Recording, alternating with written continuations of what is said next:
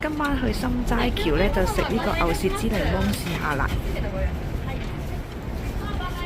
呢間嘢啲人講到好出名，咁都要試一試嘅。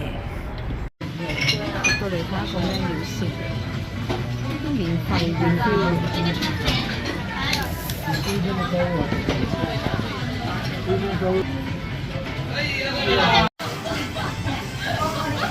咁我嗰個就嚟咗啦，我嗌咗個牛舌，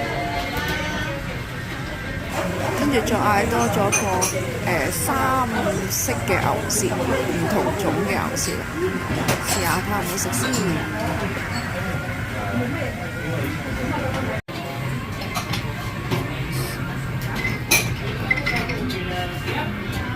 唔知有冇食，要試下先知，轉頭話俾大家聽。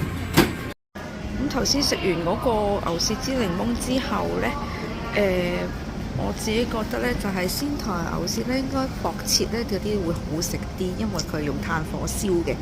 咁呢依個呢就唔係用炭火燒嘅，咁睇下啲人中意食啲咩咯。咁嗰啲就會香厚啲咯。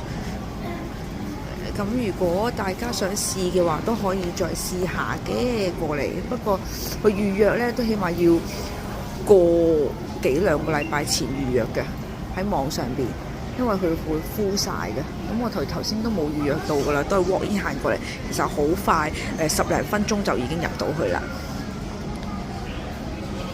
咁大家下次過嚟都想試可以試下嘅。